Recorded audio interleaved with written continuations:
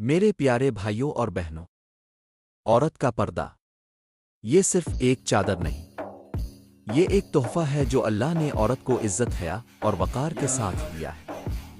اللہ رب العزت قرآن میں فرماتا ہے، اور وہ اپنی زینت کو ظاہر نہ کریں سوائے اس کے جو خود ظاہر اپنی ہو جائے۔ بیویوں اور اپنی بیٹیوں اور مسلمانوں کی عورتوں سے کہہ دو کہ باہر سورۃ نکلا النور کریں تو اپنے 31۔ چہروں پر چادر لٹکا کر گھونگھٹ نکال لیا کریں، یہ چیز ان کے لیے موجب شناخت و امتیاز ہوگی تو کوئی ان کو ایزا نہ دے گا، اور اللہ بخشنے والا ہے، مہربان ہے۔ پردہ عورت کی خوبصورتی کو نہیں چھپاتا بلکہ اسے محفوظ کرتا ہے۔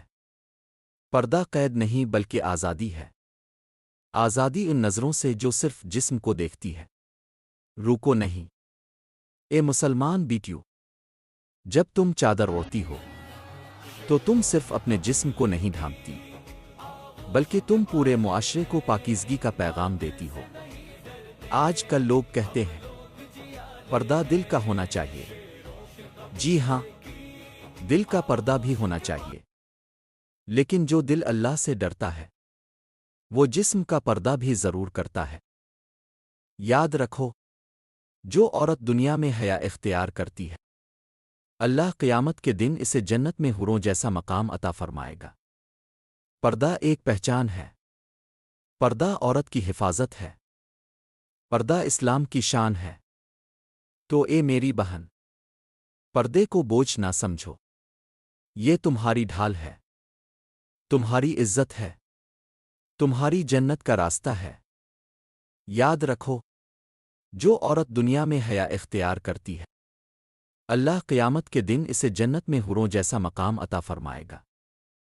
پردہ ایک پہچان ہے، پردہ عورت کی حفاظت ہے، پردہ اسلام کی شان ہے۔ تو اے میری بہن، پردے کو بوجھ نہ سمجھو، یہ تمہاری ڈھال ہے، تمہاری عزت ہے، تمہاری جنت کا راستہ ہے۔